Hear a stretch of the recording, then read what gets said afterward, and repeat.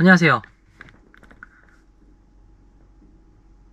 모델 3를 팔기로 했습니다.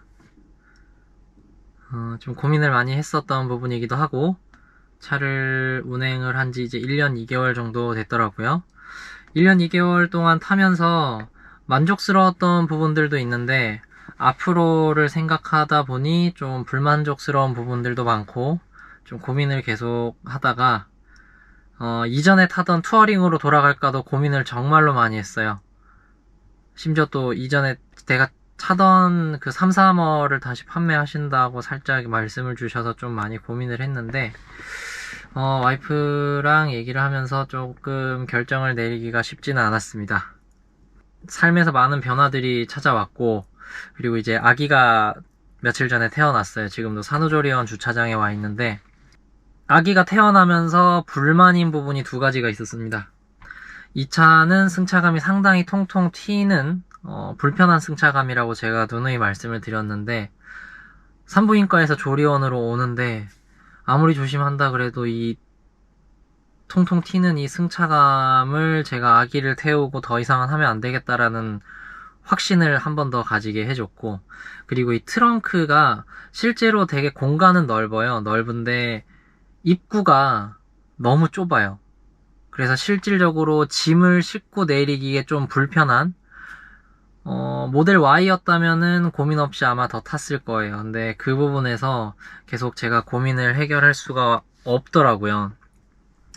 그 큰 요소들이 작용을 해서 차량을 교체를 하게 됐습니다. 지금 가져가실 분이 승계 심사 중이시라서 아마 다음 주 초에 바로 차를 가져가실 것 같은데, 가져가고 나면은 저는 또 이제 다음 차를 바로 또 준비를 해야 되고, 모델 3를 타면서 크게 만족스러웠던 점과 불만인 부분들을 조금 짤막하게 이야기를 하는, 마무리하는 시간을 한번 가져보면 어떨까 해요. 그간 AS 센터도 몇 번을 왔다 갔다 하고, 테슬라를 정비하는 방법들, 그리고 뭐 노하우 이런 걸 저 나름의 데이터들을 가지고 있는데, 모델 3 오너분들은 참고하시면은 좀 좋을 것들이 있어요. 일단 경고등이 자주 뜹니다. 차를 운영할 때 있어서 경고등이 자주 뜨는데, 그 경고등에 있어서 실질적으로 운행을 할 때 지장이 있는 경고등도 있었고, 사실상 의미 없이 경고등만 자주 띄우는 경우들도 있었어요.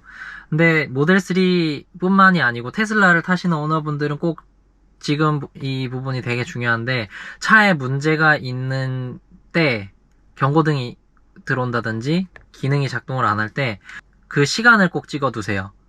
시간을 메모를 꼭 남겨놓으시고 서비스 센터를 가시면, 이 차는 우리가 일반 내연기관들 같은 경우는 ECU라든지 그 진단기를 꼽으면 항상 차에 대한 데이터 로그 값이 저장이 되어 있잖아요.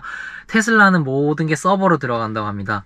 그래서 그 서버에 대한 로그 값들을 다 가지고 있어요.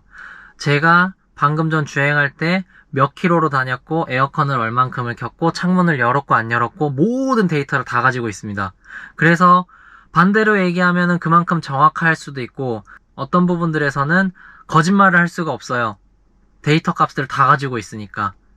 근데 그 모든 데이터가 너무 방대하다 보니 차에 문제가 있을 때 명확하게 데이터가 없으면 서비스 센터에서는 그 데이터를 찾는 데만 시간이 제법 걸릴 거예요.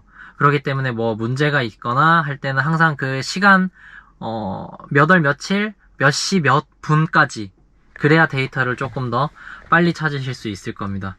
그런 데이터를 가지고 정비도 하고 이제 많은 부분들이 차에서 개선이 되기도 했는데, 가장 불편한 부분은 아무래도 배터리라는 부분과, 저는 이 차는 와이퍼가 너무 불편했어요. 와이퍼가 오토를 쓰면 완전 정신없고, 어느 날부턴가 와이퍼를 몇 번 쓰다 보면 퉁퉁 치는 이 작동 소음이 너무 커지더라고요. 그래서 최근에 센터를 가서 와이퍼 각도를 조절하고 나니까 또 많이 좋아졌어요. 그리고 그 각도, 이 와이퍼 작동 소음 같은 경우는 다른 분들께 여쭤봐도 또 동일한 분들이 계셔가지고, 그 팁을 안내해드리기도 했고, 그리고 충전에 대한 게 저는 너무 스트레스로 다가왔습니다.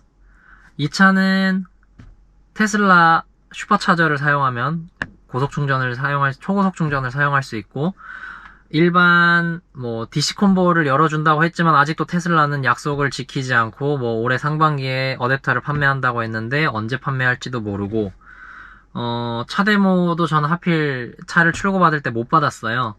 차 데모도 없다 보니 완속 충전이나 슈퍼차저만을 사용해야 되는데, 저는 아파트에 집밥이 있습니다. 완속 충전기가 있는데 플러그인 하이브리드 차량들이 너무 많아졌어요.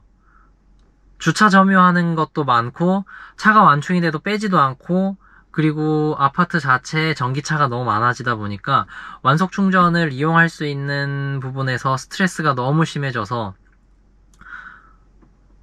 오히려 집에서 충전을 못하고 나가는 길에 슈퍼차저를 들리는 경우도 생기기도 하고, 그래서 조금 충전에 대한 스트레스, 겨울철에 대한 부분도 좀 걱정이 되기도 하더라고요. 그 부분들이 가장 크고, 그리고 아까도 말씀드렸지만 승차감에 대한 걸 어떻게 셋업을 바꿔도, 제가 지난 영상에서 컴포트 타이어를 바꾸고 공기압을 좀 빼고 나니 많이 좋아졌다라고 말씀을 드렸지만, 순정 타이어의 기준치 공기압을 넣었을 때보다 분명히 많이 좋아졌어요. 근데 아직도 저는 이 승차감에 대해서 만족할 수가 없어요. 아기까지 태우면서 그거를 한 번 더 뼈저리게 느끼고 나니까 정말 못 버티겠어요. 그리고 지인들을 한 번씩 탑승을 하고 제 차를 태워보고 막 비교로 차도 많이 타보거든요. 와, 테슬라네? 차 좋다고 하던데? 라고 얘기하는 분들께 제가 제 차 먼저 상대방 차를 먼저 타고 제 차를 탔을 때 똑같은 코스 요철 하나만 지나가면은 바로 제가 무슨 얘기를 하는지 체감을 합니다. 아, 이것 때문이구나. 아, 좀 많이 튀네요. 개선이 제 나름에서 공기압 빼고 타이어 바꾸고 하면서 좀 변화를 주면서 타보더라도 아직까지는 만족스럽게는 못하겠어요. 이전에 타던 3 투어링 같은 경우도 M 스포츠 서스펜션이 들어가서 제법 탄탄한데 이것처럼 통통 튀는 승차감이 아니거든요. 그거를 저는 도저히 못 버티겠어요. 이 차를 판매하게 된 저에게는 가장 큰 이유인 것 같습니다. 그거 말고는 만족스러운 부분들도 되게 많았어요.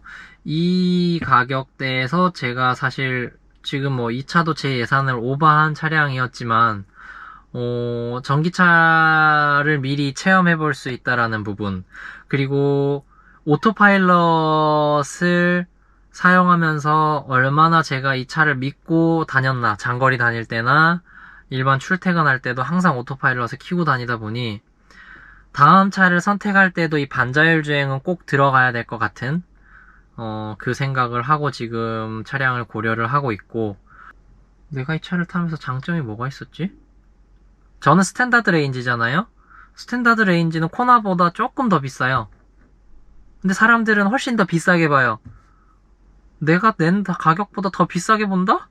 초반에 차를 탔을 때는 그때는 테슬라가 지금처럼 많이 볼 수 있던 차량들은 아니었으니까 한동안은 계속 사람들의 관심을 받기도 했고, 지금도 사실상 성인보다는 약간 아이들이 더 좋아하는 차 같아요. 테슬라 같은 경우는 다들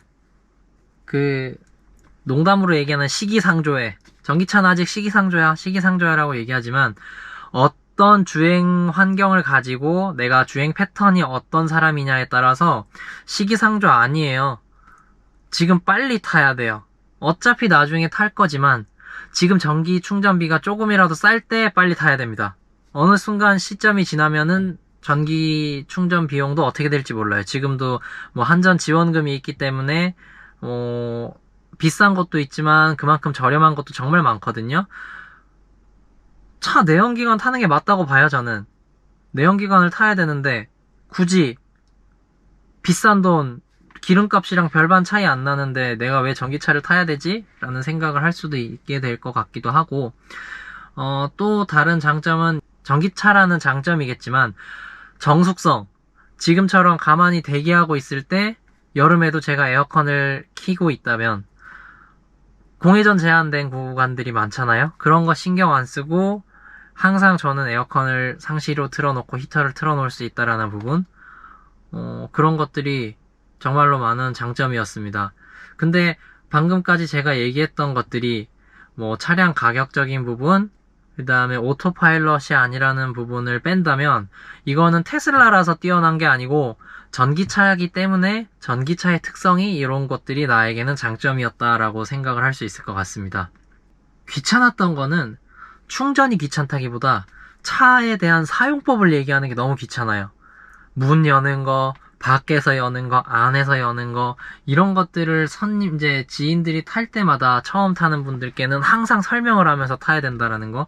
문짝 다르죠. 실내에서 누르는 버튼도 다르죠. 하다 보니까 좀 그런 게 많이 불편보다는 그거는 귀찮았던 것 같아요.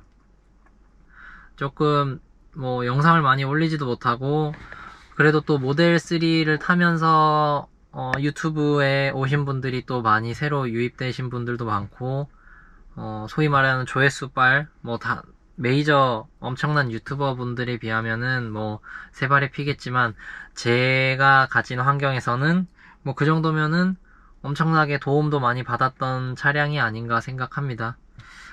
까기도 많이 까고, 초반에도 장점도 워낙에 많았던 차량이고 하다 보니, 제가 느낀 테슬라는 이 정도면은 나는 이제 어떤 건지 알겠다 라는 부분으로 아마 마무리가 되지 않을까 생각을 하고요. 모델 S를 나중에 한번 좀 제대로 한번 타볼 기회가 있으면 한번 타보겠습니다. 그 차는 에어 서스펜션도 들어가고 많은 것들이 더 상급의 모델이니 좀 더 좋지 않을까 라는 생각을 해봅니다. 제가 그때 얘기했죠. 아이패드를 샀더니 케이스를 큰 걸 줬다. 이건 개인적인 발언입니다. 자동차는 자동차 만드는 회사에서 나오는 차를 구매해서 타세요. 그게 맞습니다. 저는 그렇네요. 참 슬픈 얘기지만 이렇게 정이 안 붙었던 차는 처음인 것 같아요. 다음 차도 왠지 그럴 것 같기도 하고, 이제 태어난 아기와 가족을 위해서 생각을 하고 차를 바꾸는 상황이 되니까 그럴 것 같습니다. 아무튼 모델3와 함께 했던 저의 1년 2개월의 시간은 여기서 마무리를 하고요. 다음번에는 또 바뀐 새로운 환경에서 촬영을 할 수 있도록 하겠습니다. 감사합니다.